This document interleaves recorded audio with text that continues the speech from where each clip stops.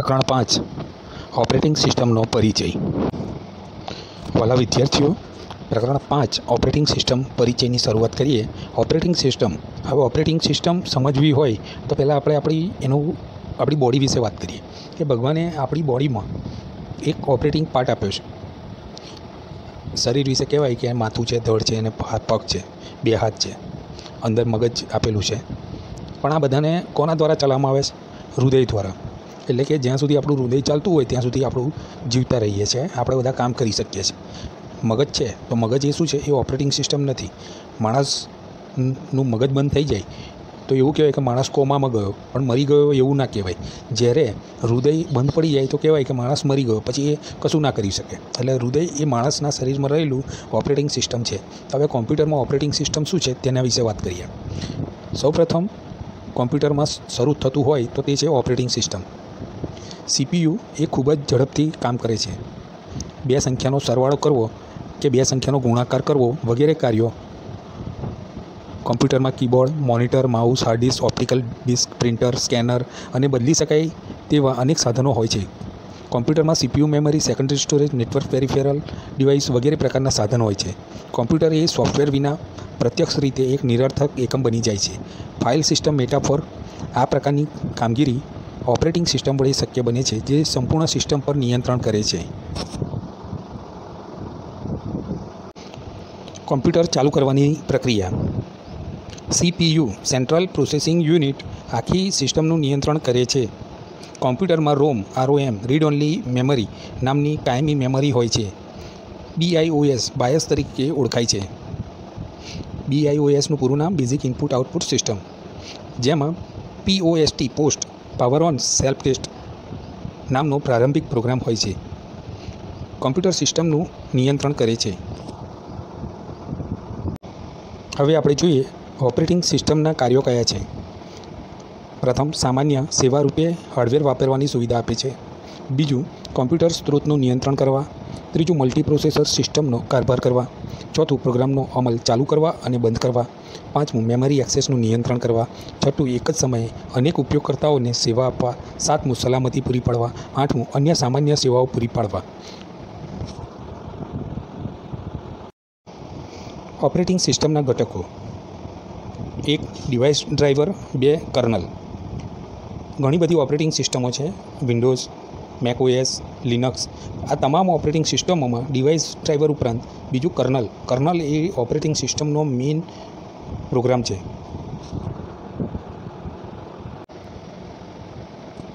Operating સિસ્ટમમાં ત્રીજો ઘટક છે સેલ. એક કમાન્ડ લાઇન ઇન્ટરફેસ, એટલે કે પહેલાંના સમયમાં બધા જ કમાન્ડ કીબોર્ડ દ્વારા લખવા પડતા હતા, કીબોર્ડ દ્વારા ટાઈપ કરવા પડતા હતા. એ operating system command line interface CLI, અને પછી બીજું ત્યારબાદ ગ્રાફિકલ યુઝર ઇન્ટરફેસ, એટલે કે અત્યારે આપણે જે વાપરીએ છીએ તે માઉસ દ્વારા ગ્રાફિકલ યુઝર ઇન્ટરફેસ GUI. ત્યાં આગળ વપરાય. કેવી રીતે આપણે એનો ઉપયોગ કરીશું? તો ડેસ્કટોપ પર વિન્ડોઝ આઇકોન, મેનુ અને 5મું બટન. ગ્રાફિકલ યુઝર ઇન્ટરફેસમાં આપણે અહીંયા આગળ આજે બોલ્યો desktop, window, icon, menu button ઉપર માઉસ દ્વારા આપણે ક્લિક કરીને કામ કરી શકીએ છીએ. જ્યારે કમાન્ડ લાઇન ઇન્ટરફેસમાં બધા જ કમાન્ડ યાદ રાખવાના, સિન્ટેક્સ પ્રમાણે લખવાના, અને તો જ તમારું કામ થતું હતું. એ પહેલાંના સમયની વાત છે. ડિસ્ક ઓપરેટિંગ સિસ્ટમ હતી, પછી વિન્ડો ઓપરેટિંગ સિસ્ટમ આવ્યું, એટલે ગ્રાફિકલ યુઝર ઇન્ટરફેસથી આ બધા કાર્યો સક્સેસ અને સફળ બન્યા છે. હવે વાત કરીએ ફાઇલ સિસ્ટમના સિદ્ધાંતોની. દરેક ફાઇલ સિસ્ટમને એક રૂટ ડિરેક્ટરી હોય છે. ગુજરાતીમાં રૂટને મૂળ કહેવાય, ઝાડનું મૂળ હોય એમ દરેક ફાઇલ સિસ્ટમને એક મેઇન ડિરેક્ટરી હોય છે, જેને રૂટ ડિરેક્ટરી તરીકે ઓળખવામાં આવે છે. દરેક ડિરેક્ટરીમાં અનેક ફાઇલ અને સબ ડિરેક્ટરીઝ હોય છે. દરેક ઓબ્જેક્ટને અજોડ નામ આપવામાં આવે છે. 2 જુદી જુદી ડિરેક્ટરીમાં એક જ નામવાળા 2 અલગ અલગ ઓબ્જેક્ટ એટલે કે ફાઇલ હોઈ શકે છે. ફાઇલના પાથમાં દરેક ભાગને એક વિશિષ્ટ અક્ષર વડે જુદો પાડવામાં આવે છે. સંપૂર્ણ ફાઇલ સિસ્ટમમાં દરેક ઓબ્જેક્ટને એક અજોડ ઓળખ યુનિક ID આપવામાં આવે છે. હવે વાત કરીએ ફાઇલ સિસ્ટમના માળખાની. ડિસ્ક ઉપર શરૂઆતમાં બ્લેન્ક ફાઇલ સિસ્ટમનું માળખું ફોર્મેટિંગ પ્રક્રિયા વડે તૈયાર થાય છે. હાર્ડ ડિસ્ક પ્રકારની ડિસ્કમાં અનેક પાર્ટીશન હોઈ શકે છે. એટલે કે 500 GBની હાર્ડ ડિસ્ક હોય, એના જે ભાગ પાડવામાં આવે કે ભાઈ 100 GBનો એક ભાગ, 200 GBનો બીજો ભાગ, 300 GBનો ત્રીજો ભાગ, તો એક જ હાર્ડ ડિસ્કના 3 ભાગ પાડ્યા તો આ પાડેલા ભાગને પાર્ટીશન કહે છે. એક પાર્ટીશન ફોર્મેટ કરવાની એક પાર્ટીશન ફોર્મેટ કરવાથી બીજા પાર્ટીશનને કોઈ અસર થતી નથી. એટલે કે હાર્ડ ડિસ્કને તમે ભાગમાં વહેંચી કાઢો, પાર્ટીશન પાડી દો, પછી એક પાર્ટીશનને તમે ફોર્મેટ કરો, એટલે કે ક્લિયર ડિલીટ બધું કરો, ડિલીટથી ઉપર છે ફોર્મેટ, એટલે કે આખી હાર્ડ ડિસ્ક ફોર્મેટ કરો, તો એ જ ભાગમાં ફોર્મેટ થશે, બીજા ભાગોને કશું પાર્ટીશનોને કશી અસર થશે નહીં. ડિસ્ક અને તેના પાર્ટીશનને જોવા, સુધારવા અને ફોર્મેટિંગ કરવા માટે ઓપરેટિંગ સિસ્ટમ યુટિલિટીઝ નામની સુવિધા ધરાવે છે. વિદ્યાર્થીઓ, ધોરણ 9માં આપણે વિન્ડો ઓપરેટિંગ સિસ્ટમ નહીં પણ લિનક્સ ઓપરેટિંગ સિસ્ટમ વિશે વધુ ભણવાના છે કે એમાં કામ કરવાના છે. હવે વાત કરીએ લિનક્સ ઓપરેટિંગ સિસ્ટમની ફાઇલ પદ્ધતિ. લિનક્સ એ ext2 એટલે કે એક્સટેન્ડેડ ફાઇલ 2, ext3, ext4 પ્રકારની એક્સટેન્ડેડ ફાઇલ સિસ્ટમથી કેટલીક આવૃત્તિઓનો ઉપયોગ કરે છે. એક્સટેન્ડેડ ફાઇલ સિસ્ટમ એ કેસ સેન્સિટિવ હોય છે, એટલે કે જો કેપિટલ લખ્યું હોય તો કેપિટલ આલ્ફાબેટ અને સ્મોલ આલ્ફાબેટમાં લખ્યું હોય તો સ્મોલ આલ્ફાબેટ, એટલે કે એને કેસ સેન્સિટિવ કહેવાય છે. લિનક્સ ઓપરેટિંગ સિસ્ટમની ફાઇલ પદ્ધતિમાં હવે આગળના મુદ્દા જોઈએ આપણે. ફાઇલ સિસ્ટમના પાથને છૂટી પાડવા એટલે કે સેપરેટર કરવા માટે સ્લેશ પ્રકારની સંજ્ઞાનો ઉપયોગ કરવામાં આવે છે. /2 હોય, સ્લેશ, બેકસ્લેશ અને ફોરવર્ડ સ્લેશ, એમાં સ્લેશ બેકસ્લેશનો ઉપયોગ કરવામાં આવે છે. મોબાઈલ ફોન સાથે ઉપયોગમાં લેવામાં આવતી USB ફ્લેશ ડિસ્ક અને મેમરી કાર્ડ સામાન્ય રીતે FAT file allocation table file સિસ્ટમથી ફોર્મેટ કરેલો હોય છે. સારી કામગીરી અને સલામતી માટે તેની NTFSમાં ફોર્મેટ કરી શકાય છે.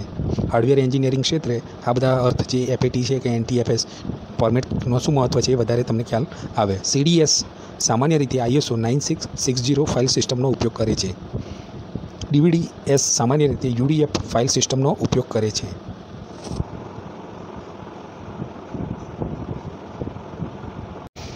GUI અને ઓપરેટિંગ સિસ્ટમના ઘટકો. ફરી એકવાર GUIનું પૂરું નામ ગ્રાફિકલ યુઝર ઇન્ટરફેસ છે.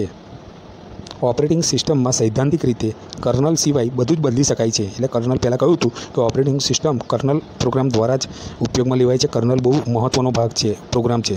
લિનક્સ જેવી નિઃશુલ્ક અને ઓપન સોર્સ ઓપરેટિંગ સિસ્ટમ અનેક સુવિધાઓ આપે છે. પ્રોપ્રાઇટરી એટલે કે માલિકી હકવાળી ઓપરેટિંગ સિસ્ટમમાં સેલ્સ અને યુટિલિટીઝ પસંદ કરી શકાતી નથી. વિન્ડો ઓપરેટિંગ સિસ્ટમ એ માલિકી હક ધરાવતી ઓપરેટિંગ સિસ્ટમ છે. એના માલિક છે માઇક્રોસોફ્ટ કંપની. એટલે એ આપણને જે સિસ્ટમ આપે આપણે એમાં કશું કરી ના શકીએ. જ્યારે લિનક્સ ઓપન સોર્સ નિઃશુલ્ક ઓપરેટિંગ સિસ્ટમ છે, એમાં ઘણી બધી સુવિધાઓ છે. ત્રીજા પક્ષ દ્વારા તેમજ ઓપન સોર્સના સમાજ દ્વારા તેમાં ફેરફાર કરવો શક્ય છે. આ ઓપન સોર્સ ઓપરેટિંગ સિસ્ટમ છે લિનક્સ, એટલે એમાં ત્રીજા પક્ષ દ્વારા, એટલે કે એમાં તમે ઓનલાઈન સોફ્ટવેર ડેવલપ કે ઓપરેટિંગ સિસ્ટમમાં સુધારા વધારા કરી શકો છો. કર્નલ અને ફક્ત કર્નલ જ ઓપરેટિંગ સિસ્ટમ છે. કર્નલ બદલી શકતો નથી, સેલને બદલી શકાય છે. વાલા વિદ્યાર્થીઓ, હવે આપણે આગળ વધીએ. GUI અને ઓપરેટિંગ સિસ્ટમના ઘટકો પછી કમ્પ્યુટિંગ ડિવાઇસના વિવિધ પ્રકારો. એમાં સૌ પ્રથમ છે સુપર કોમ્પ્યુટર. એના વિશે થોડી માહિતી છે જે અહીં આગળ તમને કહું છું. કદમાં સૌથી મોટા અને સૌથી શક્તિશાળી કોમ્પ્યુટરને સુપર કોમ્પ્યુટર તરીકે ઓળખવામાં આવે છે. સુપર કોમ્પ્યુટરની ઝડપ 1 સેકન્ડમાં અબજો લાખો અપૂર્ણાંક સંખ્યા ઉપર પ્રક્રિયા કરવાની હોય છે. ભારતે પરમ સુપર કોમ્પ્યુટર તૈયાર કર્યું છે. પર્સનલ કોમ્પ્યુટર કરતાં તે બિલકુલ અલગ હોય છે. નિર્ણાયક પાસા: 1 આદર્શ કાર્યક્ષમતા, 2 બજારો નહીં પણ હજારો processors.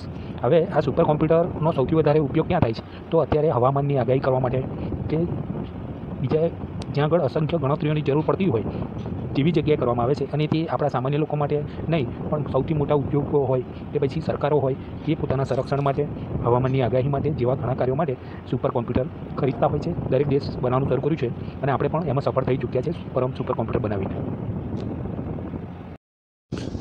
2 mainframe computers. Super computer પછીની શ્રેણીના કોમ્પ્યુટર મેઇનફ્રેમ કોમ્પ્યુટર કહે છે. સરકાર અને કોર્પોરેટ કલ્ચર તેનો ઉપયોગ કરે છે. ઊંચી કાર્યક્ષમતા, ઉચ્ચ સ્તરની વિશ્વસનીયતા અને સોફ્ટવેરની સુસંગતતા. પાવર સપ્લાય અને કુલિંગ ફેન સુધી પ્રતિકૃતિઓ કે દ્વિઆવૃત્તિ કરવામાં આવે છે. આ પ્રકારના કોમ્પ્યુટરમાં IBM Z/OS અને લિનક્સના વિવિધ સ્વરૂપ પ્રકારની ઓપરેટિંગ સિસ્ટમનો પણ ઉપયોગ થાય છે. હવે આગળ સર્વર કોમ્પ્યુટર. અતિ શક્તિશાળી કોમ્પ્યુટર છે. મુખ્ય લાક્ષણિકતાઓ છે કાર્યક્ષમતા, વિશ્વસનીયતા, હયાત સોફ્ટવેર સાથેની સુસંગતતા, જરૂરિયાત પ્રમાણે ઘટકો ઉમેરીને તેની કાર્યક્ષમતામાં વધારો કરવાની સુવિધા સર્વર કોમ્પ્યુટર ધરાવે છે. હવે આગળ high and workstations. High end વર્કસ્ટેશનનો ઉપયોગ વૈજ્ઞાનિક ગણતરીઓ કરવા માટે તેમજ મલ્ટીમીડિયા વિનિયોગમાં થાય છે. એનિમેશન રિલેટેડ કાર્ય કરવા માટે નીચેના વિનિયોગમાં તેનો ઉપયોગ થાય છે. મૂવીમાં વિશિષ્ટ અસરો આપવા, એનિમેશનવાળી મૂવી બનાવવા, 3D મોડેલિંગ બનાવવા, computer aided design CAD, computer aided manufacturing CAM high end વર્કસ્ટેશનનો ઉપયોગ થાય છે. હવે કોમ્પ્યુટિંગ ડિવાઇસમાં આગળ વાત કરીએ. Personal computer. સામાન્ય વપરાશમાં પર્સનલ કોમ્પ્યુટરનો આપણે ઉપયોગ કરીએ છીએ. કોમ્પ્યુટર વિવિધ પ્રકારની વપરાશની વિશાળ રેન્જ અને જુદી જુદી આવડત ધરાવતા ઉપયોગકર્તાને માટે એક મંચ પૂરો પાડે છે. અનેક વ્યક્તિઓ માટે તેનું મૈત્રીપૂર્ણ વલણ એ તેની અગત્યની બાબત છે. વિન્ડો, OS X અને લિનક્સ ઓપરેટિંગ સિસ્ટમ એ સુંદર ગ્રાફિકલ યુઝર ઇન્ટરફેસ પૂરો પાડે છે. કમ્પ્યુટિંગ ડિવાઇસના વિવિધ પ્રકારમાં હવે આપણે સ્માર્ટફોન અને ટેબ્લેટની વાત કરીશું. સ્માર્ટફોન એ તેના કદ પ્રમાણેનું એક કોમ્પ્યુટર જ છે. ટેબ્લેટ, PC એ સ્માર્ટફોન અને પર્સનલ કોમ્પ્યુટરનું એક વર્ણસંકર એટલે હાઇબ્રિડ સ્વરૂપ છે. સ્માર્ટફોન અને ટેબ્લેટની મર્યાદા: પ્રોસેસિંગ પાવર, મેમરી, ઉર્જા વપરાશ, સ્ક્રીનનું કદ આમાં મર્યાદિત છે. ઇનપુટ કરવાની રીત: ન્યુમેરિક કીપેડ, ટચ સ્ક્રીન, ઉપર keyboard, navigation key, voice input.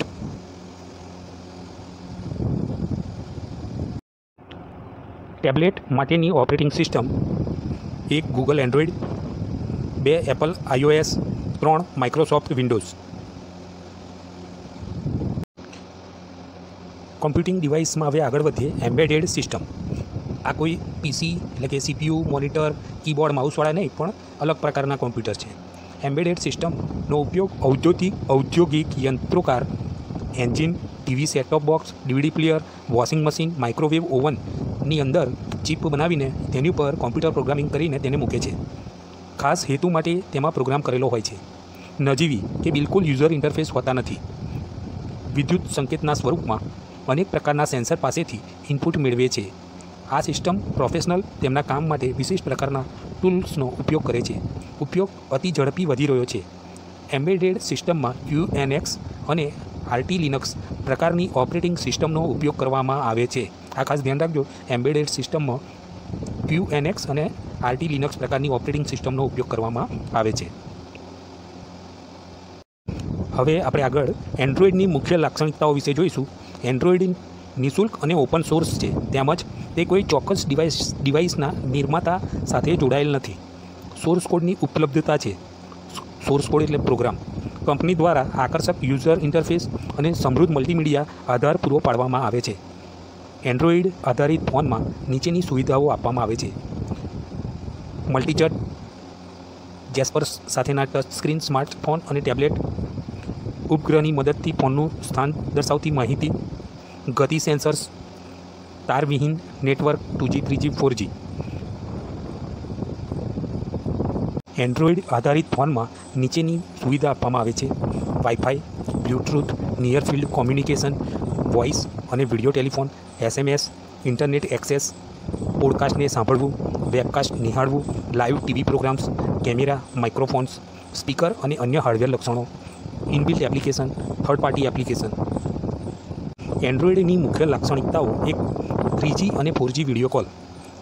3G અને 4G વિડીયો કોલ કરવાનું શક્ય બનાવે છે. દુનિયાના નકશાઓ દર્શાવે છે. નકશાના સ્વરૂપે અને અવાજના રૂપમાં અજ્ઞાત શહેરમાં દિશાઓનું માર્ગદર્શન આપે છે.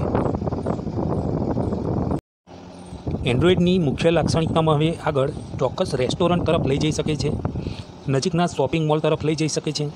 બસ, ટ્રેન, મેટ્રોના માર્ગ સાથેના રસ્તા તેના સમયપત્રક સાથે દર્શાવે છે. નજીકના સ્ટેશન પર પહોંચવા માટેનું માર્ગદર્શન આપે છે. મોશન સેન્ટરની સુવિધા: આડી અને ઊભી હરોળ સ્થિતિ સ્વરૂપે સ્ક્રીનને દર્શાવે છે. ફોન ફક્ત એક બાજુ નમાવીને કે ફેરવીને રમત રમી શકાય છે. ફોનની રિંગ વાગે અને કામની વ્યસ્તતામાં ફોનને ઊંધો ચતો કરીને કોલનો અસ્વીકાર કરી શકાય છે. ઇન્ટરનેટ એક્સેસની સુવિધા: ફોનમાં ઇન્ટરનેટનો ઉપયોગ કરવા માટે ફોનના નેટવર્ક અથવા સાર્વજનિક કે ઘરના વાયરલેસ નેટવર્કનો ઉપયોગ કરી શકાય છે. બ્લૂટૂથ વડે અન્ય ફોન કે લેપટોપમાં ફાઇલની અદલબદલ કરી શકાય છે. ફોન સાથે હેન્ડસેટ, હેન્ડ્સફ્રી કે કીબોર્ડ જોડી શકાય છે. NFC નો ઉપયોગ કરીને સંપર્કો, વિઝિટિંગ કાર્ડ અને ફાઇલ્સની અદલબદલ કરી શકાય છે. બારકોડ અને ક્યુઆર એટલે ક્વિક રિસ્પોન્સ કોડને સ્કેન કરી તેના વિશે માહિતી મેળવી શકાય છે. વોઇસ સુવિધા. અવાજ ઓળખ ટેકનોલોજી ઉપયોગકર્તાને બોલીને નોંધી અને સંદેશા લખવાની સુવિધા આપે છે. એન્ડ્રોઇડને સૌથી મોટો લાભ એ છે કે તે સર્ચ કરવા માટે મહાકાય કંપની ગૂગલથી સમર્થિત છે. એન્ડ્રોઇડ પ્લેટફોર્મ ઉપરની એપ્સ ફોન સંબંધિત કાર્યો માટે internet surfing, email, chat, social networking, photo editing, audio video playing, word processor, spreadsheet, presentation, 2D 3D રમતો, Google play store. Operating system તરીકે એન્ડ્રોઇડ એક સમાન કાર્યો કરે છે, એક સરખા ભાગમાં હોય છે. પીસી કે લેપટોપ કોમ્પ્યુટર ઉપર મળતી તમામ સગવડો પૂરી પાડે છે. ઓપરેટિંગ સિસ્ટમ તરીકે એન્ડ્રોઇડમાં કયા પડકારો છે? એક નાનો સ્ક્રીન છે, ઓછી પ્રક્રિયા શક્તિ, ઓછી મેમરી, ઇનપુટ આઉટપુટ એકમોનો આધાર, હાર્ડવેરનો આધાર, ઝડપી ગતિએ કામ કરવું તે તેમાં પડકારો છે.